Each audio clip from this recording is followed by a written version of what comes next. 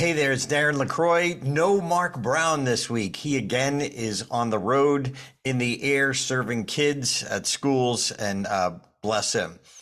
This is about you.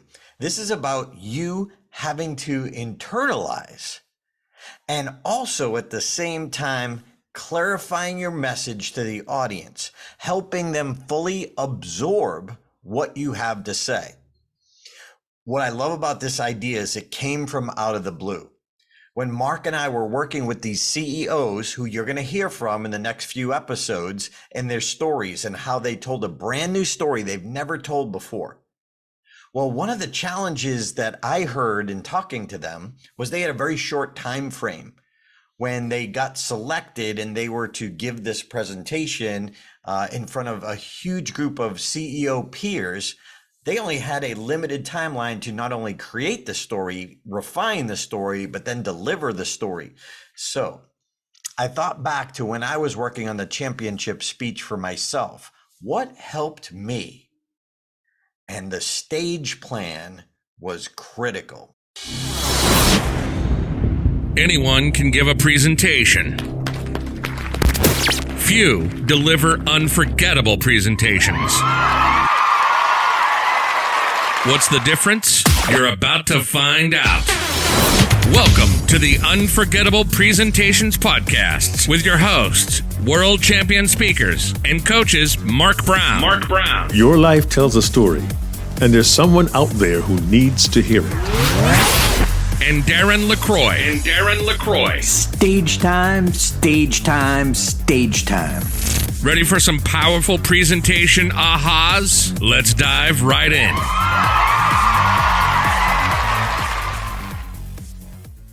So the challenge is, how do you memorize? And if you've heard us talk before, we say don't memorize, internalize. How do you do that? So I remember back to when I had to internalize this speech that I had never given before. Ouch was the title of it. It ended up beginning by don't chop down your cherry tree, and it evolved into ouch. But how do I tell this story and how do I use the stage? One of the biggest challenges Mark, me, and every other coach at the world-class level that I've ever met sees the challenge of a lot of people think there's one side of the stage, the left side of the stage, the right side of the stage, and center stage. And then the key to keep it interesting is to go back and forth between those three spots. But that's not enough. And as far as internalizing my presentation, that's not going to help me. So what can you do? So when it came up from one of the CEOs, Jody, about her challenges, how do I memorize this? I remembered back to doing just that with ouch. So if you're watching the YouTube version, you'll see the visuals. If you're listening to the audio version, I'm going to describe the visuals as best I can. But we want to learn how to internalize your plan, your internalization plan. How do you get it into your body? Well, we say block it out. Block it out. Take your presentation, look at the stage, and where does it make sense to tell your story from? Each time there's an emotional shift in your story, there should be a physical shift on the stage. It may be a step. It may be a couple steps forward. It may be a few steps back. Whoa, wait a minute. It should emotionally follow the structure of your presentation. Think about that. Have you ever created a stage plan? Where do you go? When do you go? And why do you go? Why do you move when you move? Because of the emotional shift. Now, if you've been around stages for a while or theater, you know front and center is the power spot. Well, that's a great place to close. But how is that different from other places on the stage? And if you use front and center the whole time, it dilutes its power. So if you've seen my championship speech, which is on YouTube, if you haven't seen it, the camera follows me. So it's harder to see the moves that I make and why. But after my opening, I start out by talking about the depths of the stage. the depths of my mind. So wouldn't it make sense that if I'm talking about the depths of my mind, that I move to the depths of the stage? Most people don't use, even seasoned pros, don't use the stage as effectively as they could to make their point clear, but also to help internalize their presentation. So here's what I did. If you're following along, boom, I created large yellow cardstock highlights. Each of the different vignettes I put on yellow cardstock, and I put a note to myself so I could remember it. So when I would move to that portion on the stage, once I laid out my stage plan on the physical stage, I literally put the yellow cards in different spots. There was a reason and a structure to this plan. But also, if you're familiar with NLP, neuro-linguistic programming, it allowed me to anchor the different places on the stage to make my points. So what I did is I put my cheat notes for each section of the speech on the yellow card. So this is yellow cardstock printed out with my highlight notes. So I could go and stand in that position. And if I got what I was going to say, I would look at my bullet points. Now, I didn't write out the whole speech on these, not at all. However, one of the CEOs did that, and then she placed up each piece of the script in front of that position, which I thought was brilliant. But in my case, I like to use bullet points because I don't want to get caught up in reading something word for word and being stuck in my head. So I used these different cardstocks and I laid them out purposefully where I would be. Now, there are many different ways to use the stage. This is just one idea. You could take the stage and block it into 3 sections. If you followed along with us, you know that we use the Fripp speech model and we talk about point of wisdom 1, point of wisdom 2, and point of wisdom 3. On occasion, you might have a 4th point, but let's stick with 3. You could divide the stage into 3 sections. So you're fully aware and you bring point of wisdom 1 up from your right, audience left. See, we have to think like an aerobics instructor because they read from left to right. So our right, their left, that is the past tense. Or if you're going to use 3 different sections, point of wisdom 1 would go from that area. You don't have to stand in that exact spot, but that area. And then when you physically transition, as you verbally transition from 1 to 2, let's say my first point is stage time. Never turn down stage time. I give all the supportive evidence from that section of the stage. I wrap it up. So remember, never turn down stage time. The second idea, the second strategy, the second key, whatever your second is, to be unforgettable on stage is storytelling. Unforgettable stories. If you want to be unforgettable on stage, you need unforgettable stories. So then the middle section would be where I talk about the supporting evidence for point 2. And then when I wrap that up, so we need stage time. Never turn it down. Number 2, we need unforgettable stories. But make no mistake, the last key point, the last strategy, the last pillar to be unforgettable is feedback from a world-class coach. So I'm physically saying that as I verbally say that. So I physically transition as I verbally transition to section 3. Now this parallels my slides. Every time I go to a new section, I have reverse slides. I have white slides with blue font. But when I create a new section, a new point of wisdom, I do blue slides with white font. So the structure is clear to the audience. The structure parallels the stage and the slides. Think about it. This becomes so much more powerful. 99% of what Mark and I coach on is clarity, clarity, clarity. So you could divide it into those 3 sections. And then when you close, then you come out front and center and you review your points of wisdom. Now, in the case of ouch, what I did was I clearly laid down my notes, my highlights.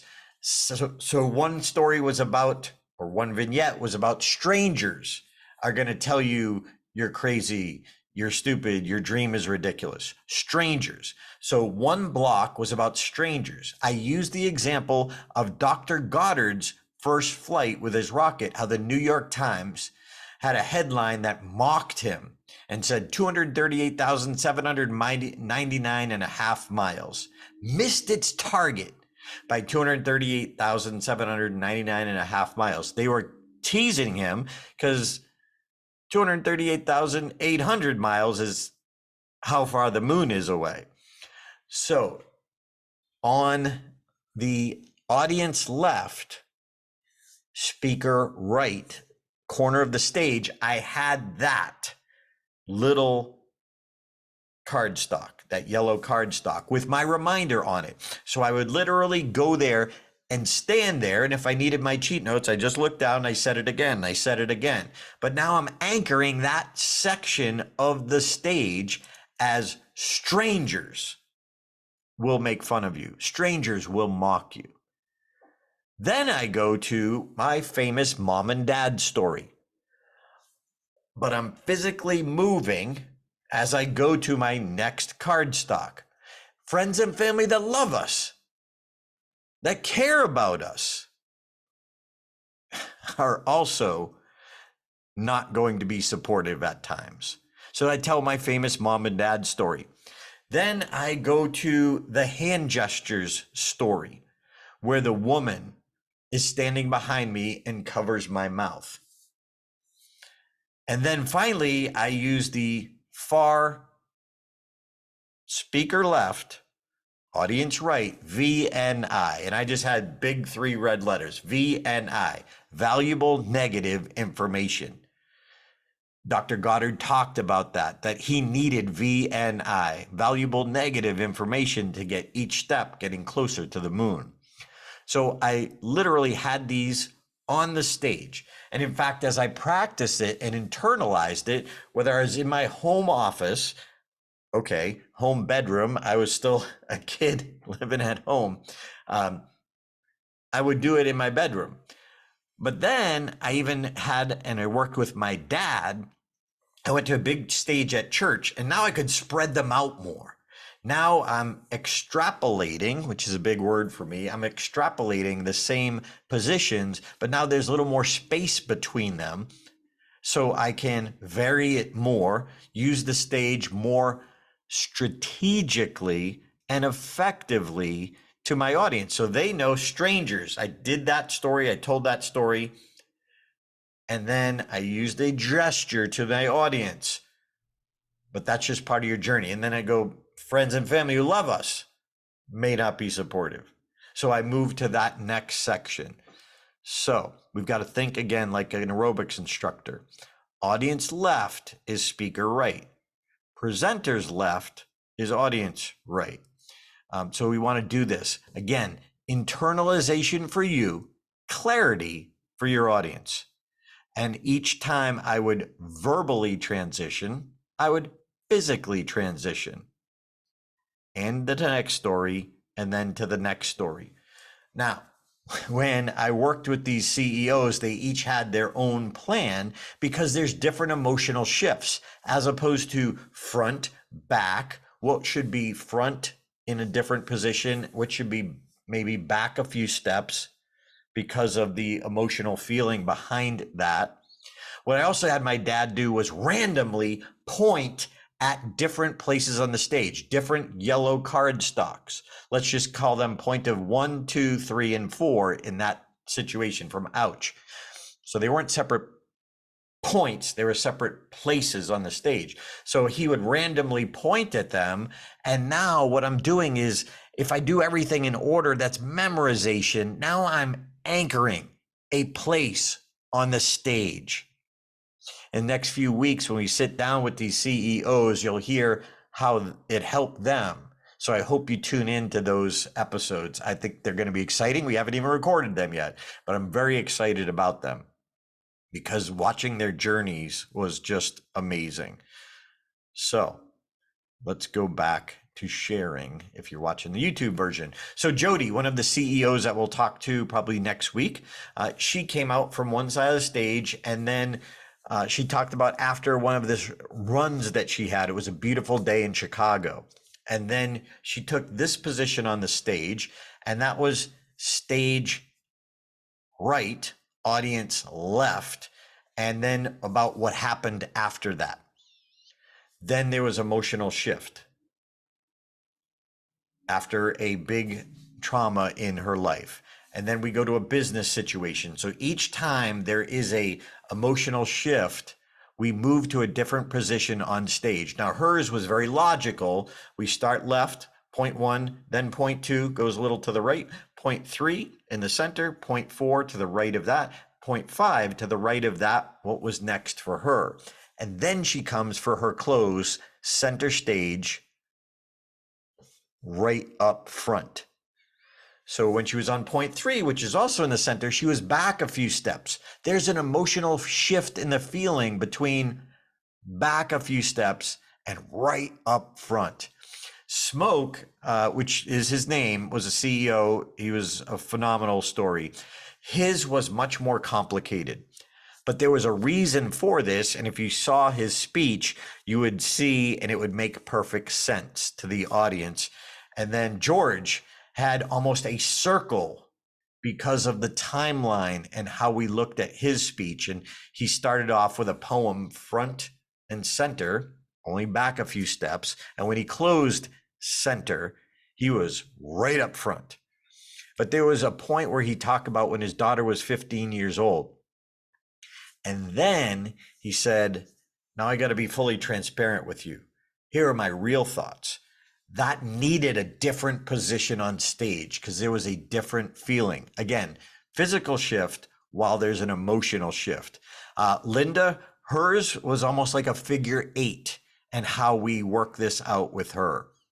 She also had some points that she wanted to emphasize.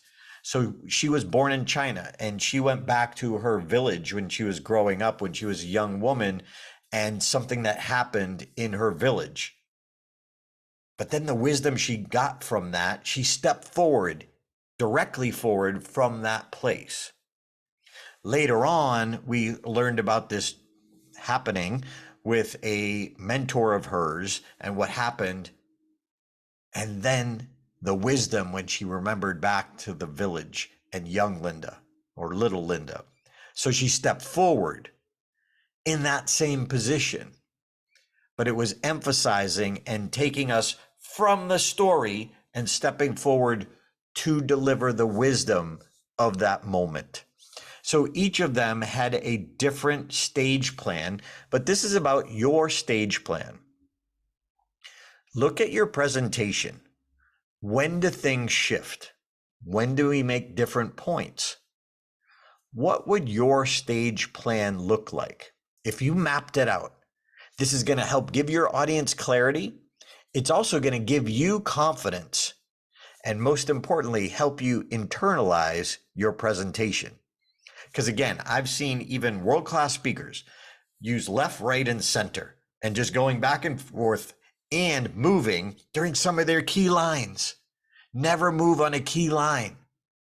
That line that you know needs to land in the hearts and the minds of your audience. Stay centered, have your energy directed out to the audience. I hope this is a new concept, or maybe a concept you heard of, but it's time to implement it. Why? Because we want to help you internalize your presentation while making it super clear to your audience.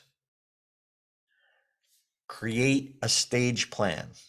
If you have different presentations, then they would require different stage plans because there will be different shifts physically while you shift emotionally, and have that structure not only fit your stage plan, but also echo your slides.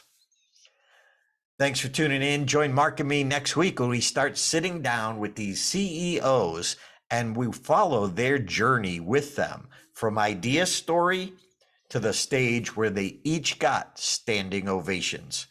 We'll see you next week. Hey there, this is Darren LaCroix. Thanks for checking out this podcast episode on YouTube. If you want all of them, not every one is on YouTube, check out your favorite podcast platform so you don't miss an episode. Keep being a sponge so you can be unforgettable. Check out StagetimeUniversity.com, where good presenters become unforgettable.